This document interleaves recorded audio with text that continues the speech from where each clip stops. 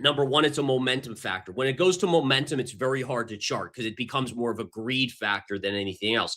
I flipped to my logarithmic chart. Maybe that gives us a little bit of insight here. Ultimately, again, your guess in this situation is as good as mine. Maybe this trend line here, you can see again, we're going to our high from 1974. And this is logarithmically based, not linear anymore.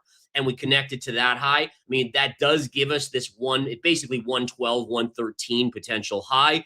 Just a guess, folks. Just being straight up and honest with you. At this point, it is beyond any metric that I have on my charts.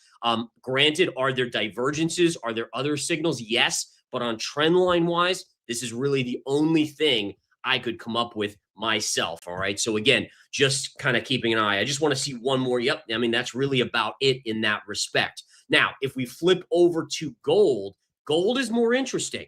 This we do have the ability to chart because, again, yes, it's vertical, but it's still within. And look at this all of a sudden. See how gold was up here, right? So we traded all the way up to about 5,100. Now we're back down to 55,070, and we're back below the parallel. So gold, potentially, this would be that level to monitor here. And obviously, we'll continue to see where that goes. But right now, that is a very intriguing level on the chart of gold. All right. So again, gold potentially into major resistance here.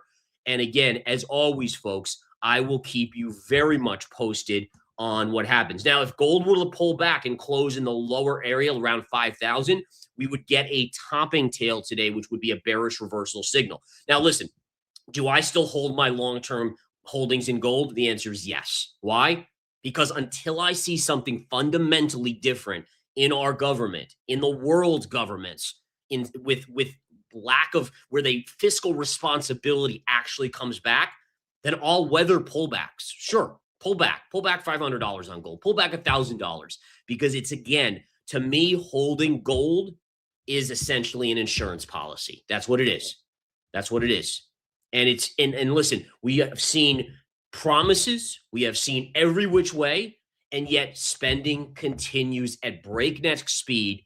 And my concern is that if at some point, by the way, the market will force market conditions, and we saw this in a lot of the countries in Europe, I think in around 2013 or so, where the markets forced them into austerity.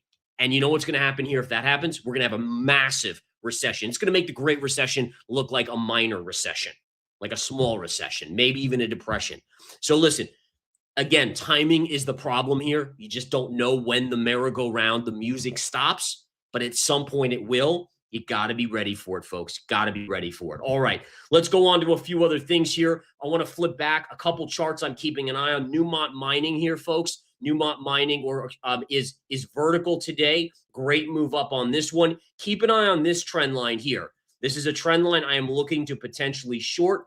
If we bring this up here, we can essentially see that if we bring this down right to these lows, we're essentially right into this area here, right? So there should be, you can see this uptrend break, and now we've come back into that level. We are gapping up just a little bit, but again, a lot of resistance around this 128 to 130 level on Newmont Mining. GDX, same sort of trend line. We're going to be gapping right into the trend line on GDX. This is a level I will be monitoring very closely today on the charts myself. All right, so lots going on in the metals. Honestly, as we're waiting for earnings later this week, this is really where my focus is. On the metals, they are going nuts right now.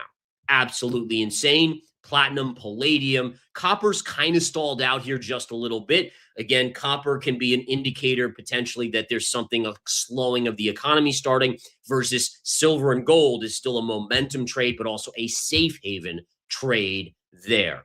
All right, so let's go on to a couple of these other ones. I'm going to flip back to some stocks here, just going over a few stocks going into earnings. Meta has bounced off a major trend line. Meta reports after the bell on Wednesday, but essentially we have a good bounce here on the chart.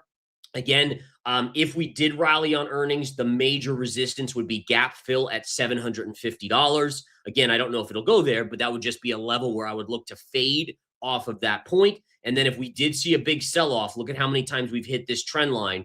it's very likely we could see a breakdown of that trend line. Microsoft on Wednesday reports. Microsoft's also seen a bounce in the last couple days. Notice it came right off technical support. I still think even if Microsoft bounces on earnings, I still think it's going lower because, again, look at the size of that gap. Huge gap right in here.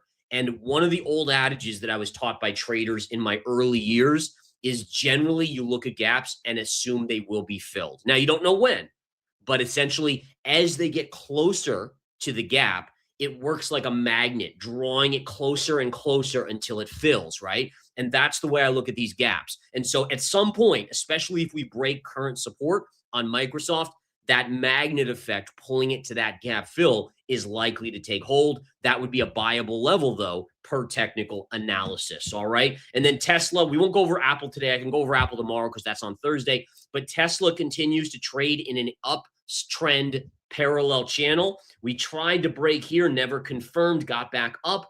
Which way does it go on earnings? Again, upside resistance would be above 500 here. If we break here, you likely would head down to the 375, 365 area right here. Maybe a little bit of support around 385. But suffice it to say, somewhere in this vicinity here, this would be your kind of zone of support if it breaks down where you would expect a technical bounce. And then likewise up here would be that big resistance level. All right, quickly touching on oil, not much doing here. As wild as other commodities are. And by the way, natural gas has been insane, right?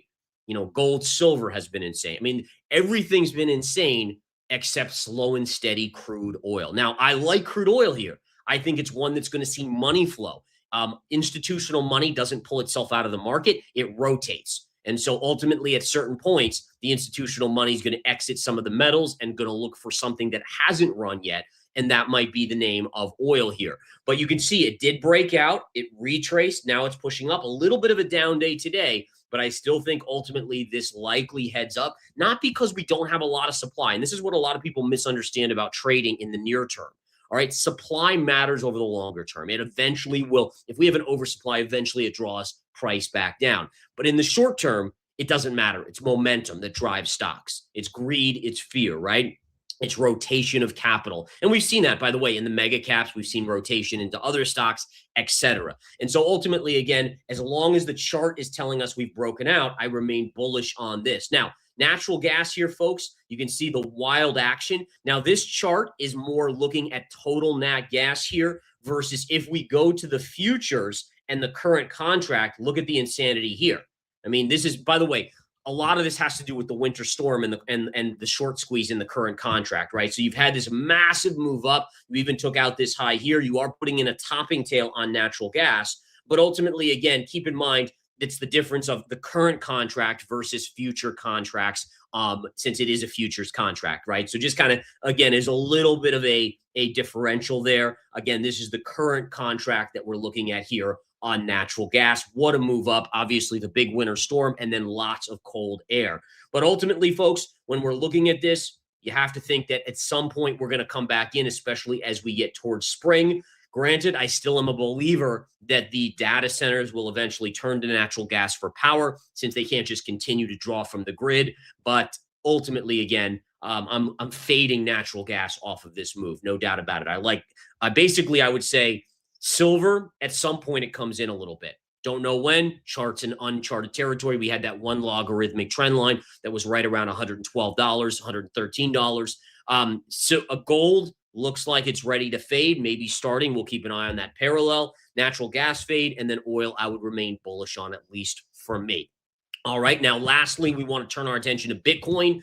Bitcoin, look at this, guys. Bitcoin broke below this parallel. This could be the ignition of the bear flag playing out. If it does occur, you'll have a little support at 80,600, but ultimately I'm looking for a move down into this zone, somewhere in the 70-ish, give or take, 1,000 range. This, again, folks, was a great run on Bitcoin. Lots of chop and upside, decent upside, almost to 100,000. But this now has broken this trend line. And unless it can recapture, the odds now have flipped to the bearish side on Bitcoin. All right. So again, it is going to be a wild week. The Federal Reserve earnings from mega cap tech all of the stuff going on in the metals. We'll see if there's new tariff threats. Ultimately, I'm going to guide you through right here in my trading game plan. Let's get to work. Let's focus on the markets and let's make some money. You guys have a good one. Thank you so much for tuning in. As always, I will be back each and every morning, Monday through Friday at 9 a.m. for this game plan, and we'll go from there. Have a good one, guys. Take care.